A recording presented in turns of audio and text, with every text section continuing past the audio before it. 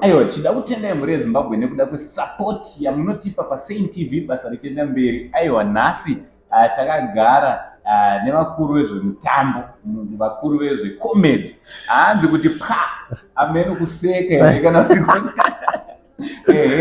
aiwa, mibvunzo yenyu yese nhasi ndinayo kuti ipindurwe.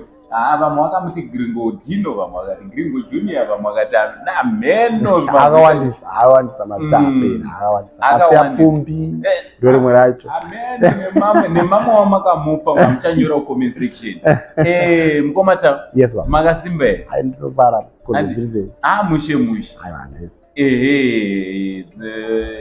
mhuri yeZimbabwe chekutanga ingada kutanga nekuziva kuti Gringo Dino, Gringo Junior, rimwe Kasiya Pfumbi kaka anombowani ane mazita akawanda kudai? Alright, munhu ane mazita aya anoti Taurai Bora, ari first born near the late Gringo kana kuti Lazarus Bora. Alright. Taurai ane makore mangani? Aisa ari mudenga ndangu. Wese ari mudenga ndake? Aiwa, ndine 28 years. Alright. Ane mudzimai here kana kuti ari pakutsvaka? Akutsvaka makita kaloka takatoti patakangopedza patatongokanda makizi acho mudhemu. Saka chachisungo chimwe chete. Kurototi haiwa zvakatovharwa nevaitarisa seri. Zvakaendwa. Haiwa, tinotenda. Pamuri pamakagara panopisa nekuti mune bhutsu dzamakatanga kuda kuti tikupfekedzei. Imimiwo mune dzenyu bhutsu dzamunofanira kuti mupfeke. Makatanga rini zvekuacta? Ndezvekuzvarwa nazvo here? Ndezvemumhuri here? Nekuti samudhara obvious mudhara kwaiva kubasa. Ndingoti ndezvemumhuri because mai vangu vaacta. Mai vangu mudhara aacta, saka it's obvious kuti unongoziva kuti vaacti vacho vese panozobudawo chimuacta.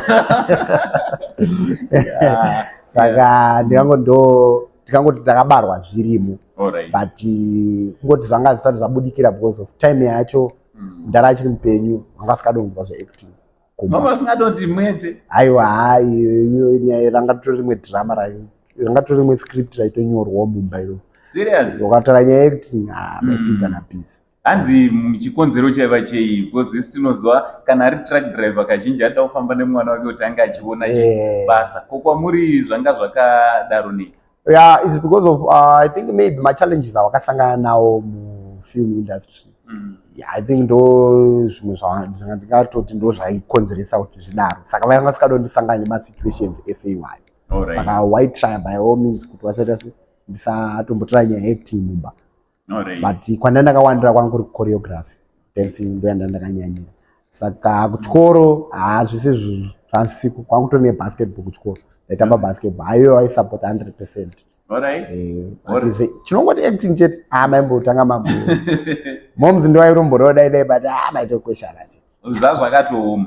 Saka mumba menyu ndimi mega maiva nezvekuacta here kana kuti nevapfana vese zvekuacta zvaitwa mavari kana zviri mavari?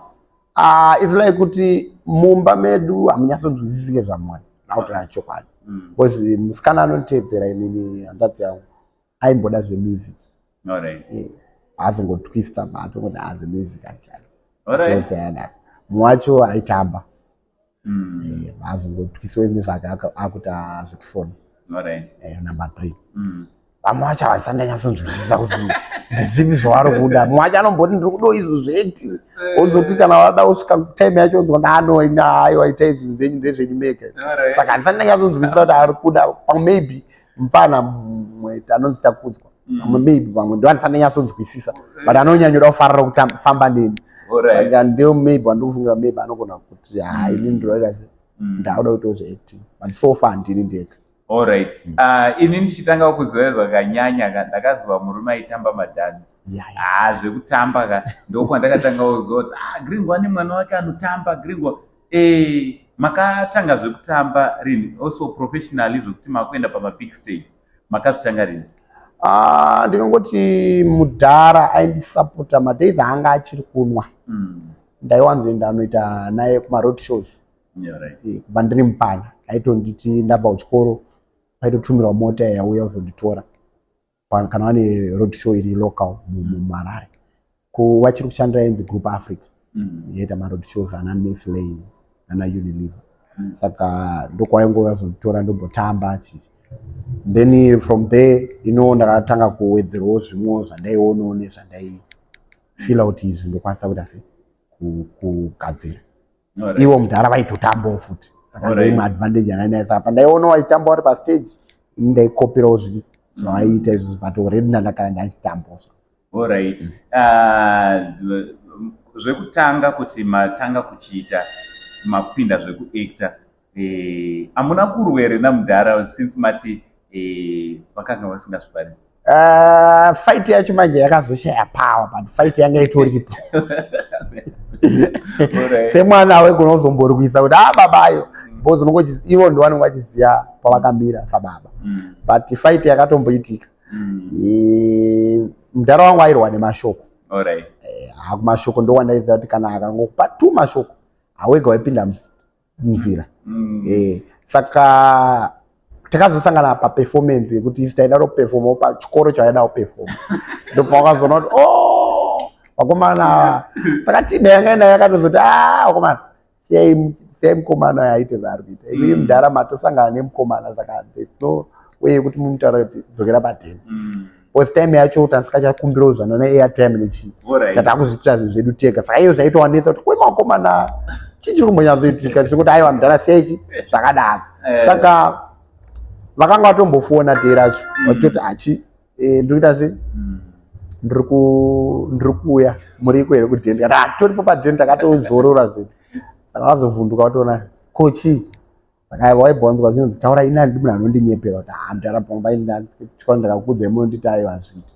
Saka ndipo patakazongotangira ipapo but vanga vasiri 100% kusapota in terms of izvo zvemadhirama edu atati akuti. But nenyaya yekuti maschools mamwe acho angaurira zvinotofonera kuti aiwa pana chibhoyayo kunoku tanzwa kuti mamuri pakati pamaperforma aiwa uyayo takudai kunoku until tazotanga kuti maperformance. Saka pawakazoona vanhu vazhinji vanongoti mufana uyu pane something zvatiri kuona maari mukamuregerera anogona kudonhedzai pasi. Saka idzo manje topazakazoti koma garai pasi ndimboona kuti zvii zvamuri kuita muri kwamuri kungonzi muri kuita.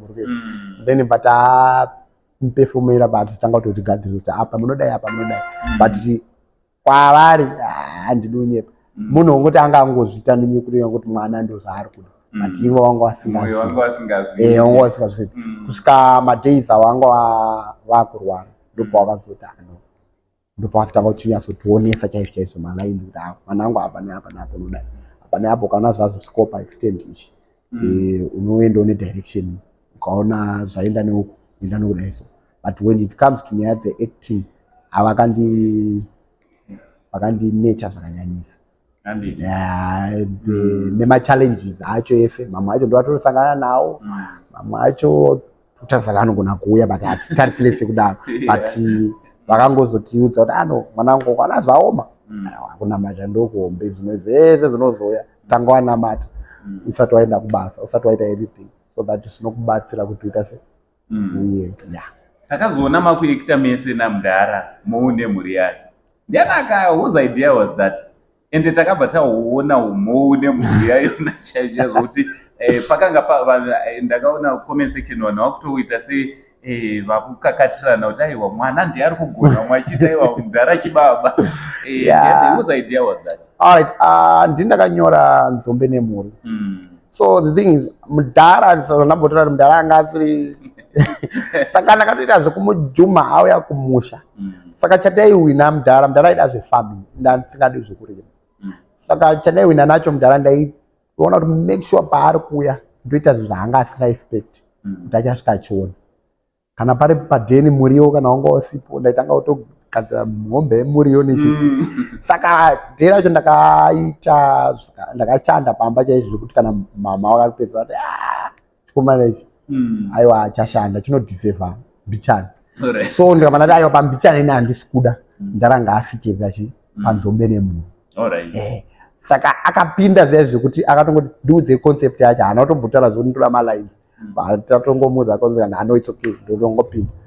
Patongopinda wangoficha ndo mafichira wakaita. Wana akauya neidea yacho. So oresa makabata mudhara ransomu. Papakaipa.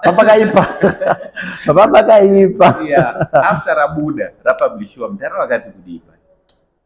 Ndopo wakatanga uchinyasouya. Because time yacho ndio time wakatanga kurwara.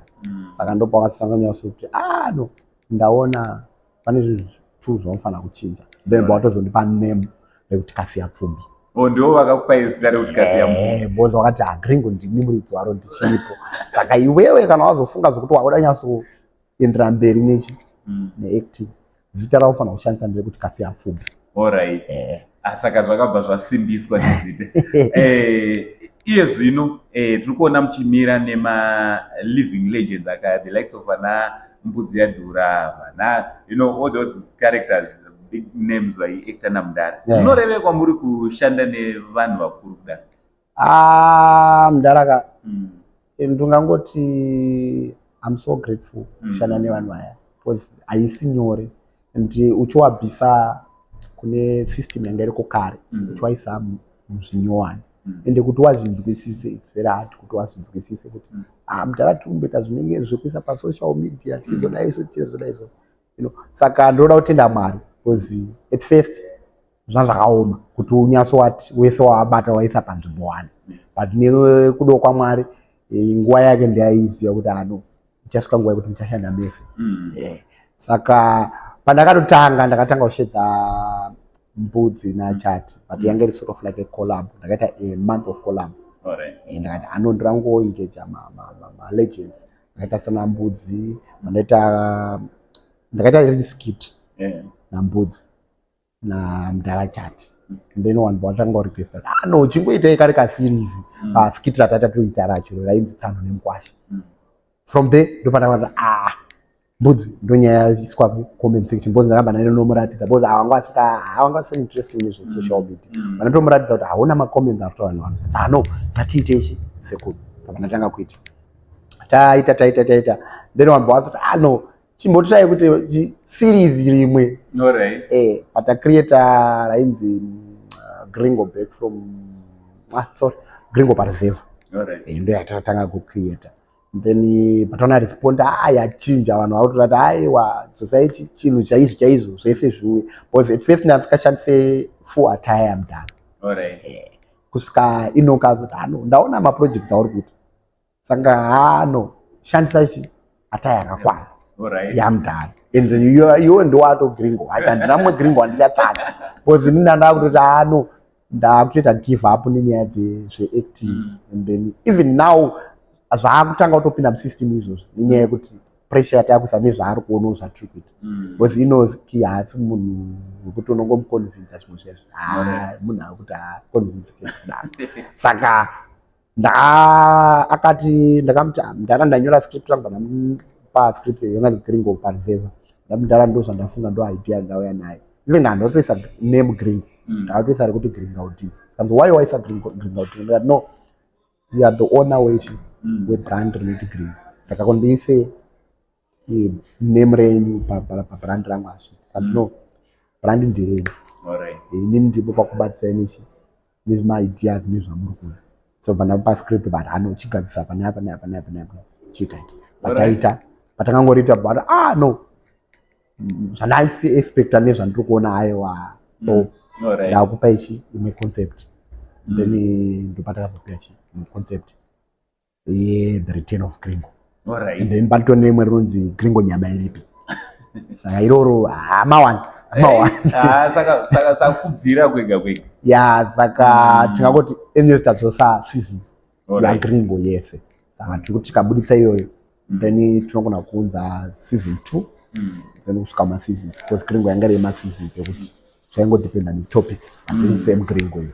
Alright. So vatariri vanokutsigirai ndezvipi zvavafanira kutarisira kubva zvino zvichienda mberi kubva kwamuri? Ndingangoti seGringo Entertainment kana kuti Pwaka Skits ngavatarise Gringo Senior naGringo Junior. kuti zvibalance. Because tikati senior ndoziva kuti itsoka hombe. Akati kuwe saka semudzidzisi akandidzidzisa kudai anga ari mupenyu aita ano student yangu muri kuiona zvairi kuita. Saka since wasisipo tikuti senior wacho tinombotora mafeatures akatobva taisa kujunior zvekare tichibva tangomisa. Saka anga expect something new but hatisi kubuda mupipeline yedu yeugringo. Alright, so kune vanoda kubatana nemi hapana vamwe asi ndinonakirwa kana muri MC pamuchato. Because MC anotamba ndinotomuda hawe madhanzi ndomuda. Vamwe vanoda kutokudikokai kumuchato yavo kumafunction birthday party even kumafuneral chaivo vanogona kubata ipapi uye vanogona kufollowa ipapi. Alright, Facebook page yedu inonzi Pwaka Skits. PWAKA ngoba maisa skits. And then YouTube ndizo zo Pwaka Skits. And then Instagram ndi Gringo Junior ZW. TikTok Gringo Junior ZW as well. Alright, Pwaka Skits. Pwaka. Vaiudze zvinoreve kuti Pwaka. Pwaka takatora Gringo Senior na Junior patawabatanidza. Saka patine chiti Pwaka bye zismile imwerere kuti isusu tinoda kuti mupfekerere mufana. Saka ndosaka takati Pwaka. Saka pese patiri chatinoda ndechekuti vanhu vafare. Because yedu isusu inonzi entertainment. Entertainment tikungota tiri kukufadza ine entertainment. Exactly. Muchidzidza futi. Chikoro zvese muchiseka muchifara. Handiti. Aiwa muri eZimbabwe ndofunga mangozvinzwira kune vese vada wafollow vabate pamasocial media handles avo ese. Also ngativakweke kumuchato. Aiwa madhanzi anorohwa ikoko. Aiwa madhanzi manyama. Thank you very much Baba Bora. Aiwa ndinotenda baba. Thank you so much nemukana wamatipa kukurukura. Aiwa tinotenda oneni. Tinotenda. Alright. From Uncle Saint na mukoma taura ibora chiti it's much better.